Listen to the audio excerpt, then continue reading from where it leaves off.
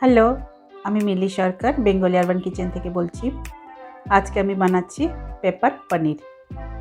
আপনারা আমার চ্যানেলটাকে দেখতে থাকুন। যদি সাবস্ক্রাইব না করে থাকেন তাহলে অবশ্যই সাবস্ক্রাইব করবেন আর বেল আইকনটা টিপুন, তাহলে নতুন কোনো ভিডিও আপলোড হলে আপনি তার নোটিফিকেশনটা পেয়ে যাবেন। আসুন দেখে নেওয়া যাক কীভাবে বানাতে হয়।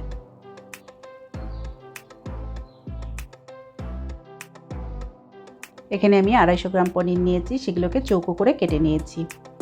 তারপরে এর মধ্যে প্রথমে দিচ্ছি ময়দা 2 চামচ, তারপরে দিচ্ছি কর্নফ্লাওয়ার, সেটাও দিচ্ছি 2 চামচ, তারপরে এর মধ্যে দিচ্ছি গোলমরিচের গুঁড়ো 1 চামচ আর দিচ্ছি নুনটা এখানে আমি 1 চামচ ব্যবহার করেছি। আপনি নিজের স্বাদ অনুসারে নুনটা দিয়ে নেবেন। পনিরগুলোকে ময়দা, কর্নফ্লাওয়ার, নুন, গোলমরিচ দিয়ে খুব ভালোভাবে কোট করে নেব।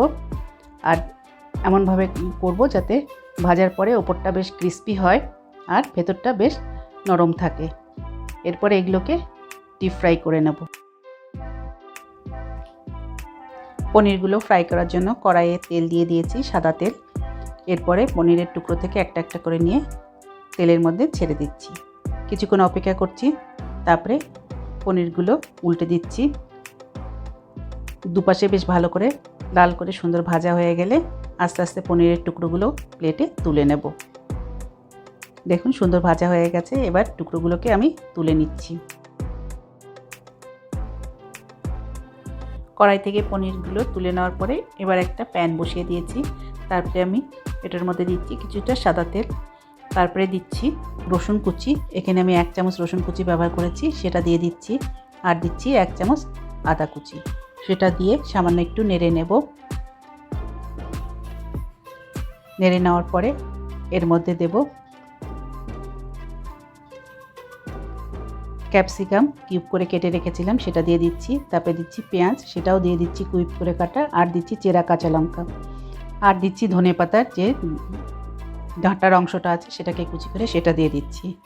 আর সামান্য একটু নুন, আধা চামচ মতো নুন দিয়েছি। নুন দিয়ে এগুলোকে ভেজে নিচ্ছি।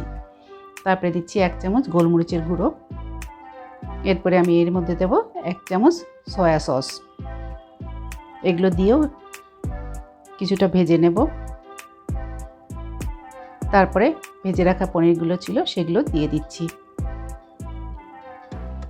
দিয়ে খুব ভালোভাবে ভাজতে থাকবো।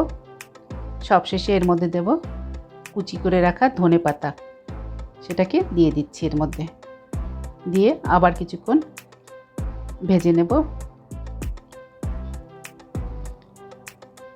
খুব বেশি ভাজার দরকার নেই, কিছুক্ষণ ভাজা করলেই এটা তৈরি হয়ে যাবে পেপার পনির।